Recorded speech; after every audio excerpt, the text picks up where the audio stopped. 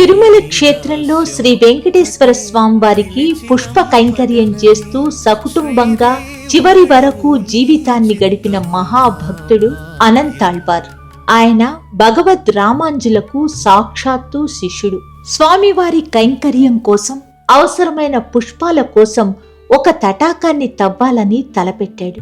చాలా వ్యయ ప్రయాసలతో మట్టి పని చేస్తున్న అనంతాళ్వార్ దంపతులకు శ్రీ వెంకటేశ్వరుడు కొంత సాయపడాలని భావించి 12 ఏళ్ల కుర్రవాడిలాగా వచ్చాడు.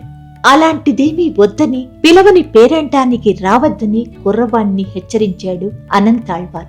అప్పటికి వెళ్లిపోయిన శ్రీనివాసుడు మళ్లీ వచ్చి అనంతాళ్వార్కు తెలియకుండా ఆయన భార్యకు మట్టిని మోసే పనిలో కొంత సాయం చేసేవారు. ఇది చూసిన అనంతాళ్వార్ కోపంతో తన చేతిలోని గడ్డపారను ఆ కుర్రవానిపై విసిరారు.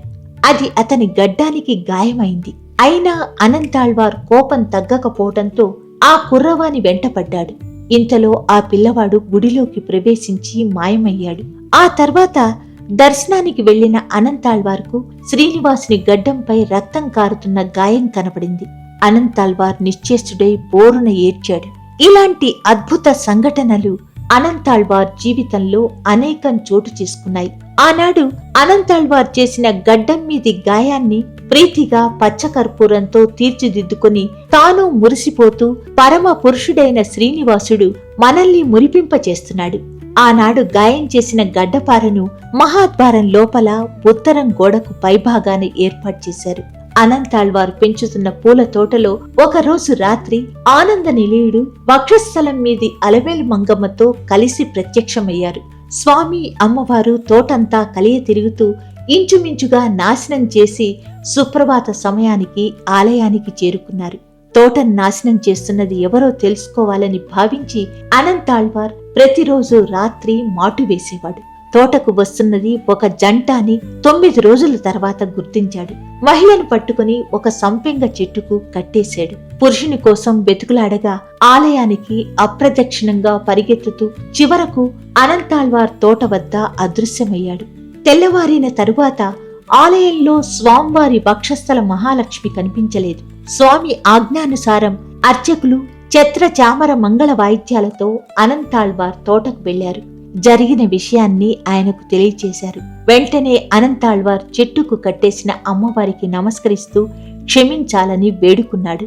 వెంటనే అమ్మవారిని పూలగంపలో పెట్టుకుని ఊరేగింపుగా ఆలయానికి వెళ్లి స్వామివారికి సమర్పించాడు. పూలగంపలో పెళ్లి కూతురులా కూర్చున్న అలమేలు మంగమ్మ ఆలయంలోకి వెళ్లిన తరువాత పూలబుట్టలో అదృశ్యమై శ్రీనివాసుని హృదయం మీద ప్రత్యక్షమైంది. వెంటనే శ్రీనివాసుడు, మామా అనంతార్య, నీ కూతురైన వ్యూహలక్ష్మి నాకు సమర్పించిన కన్యాదాతవు. నీవు నాకు కన్యాదానం చేసిన మామవి. ఈ గాథ ఆచంద్ర తారార్కం నిలిచి ఉండుగా వరమిచ్చాడు. పూల తోటలో అమ్మవారిని పూల చెట్టుకు కట్టేసిన దివ్య గాథకు గుర్తుగా నేటికి తిరుమల శ్రీవారి బ్రహ్మోత్సవాల అనంతరం ధ్వజావరోహణం మర్నాడు శ్రీవారు అప్రదక్షిణంగా ఊరేగుతూ అనంతాళ్వార్ల తోటకు వేంచేస్తారు. దీనినే భాగ్ సవారీ అని కూడా పిలుస్తారు. ఈ వీడియో మీకు నచ్చినట్లయితే లైక్ చేసి, కామెంట్ చేసి, షేర్ చేసి ఇలాంటి మరిన్ని వీడియోల కోసం అవునా ఛానల్ ను తప్పకుండా సబ్స్క్రైబ్ చేసుకుంటారు కదా. మరో మంచి వీడియోతో మీ ముందుకు వస్తాను.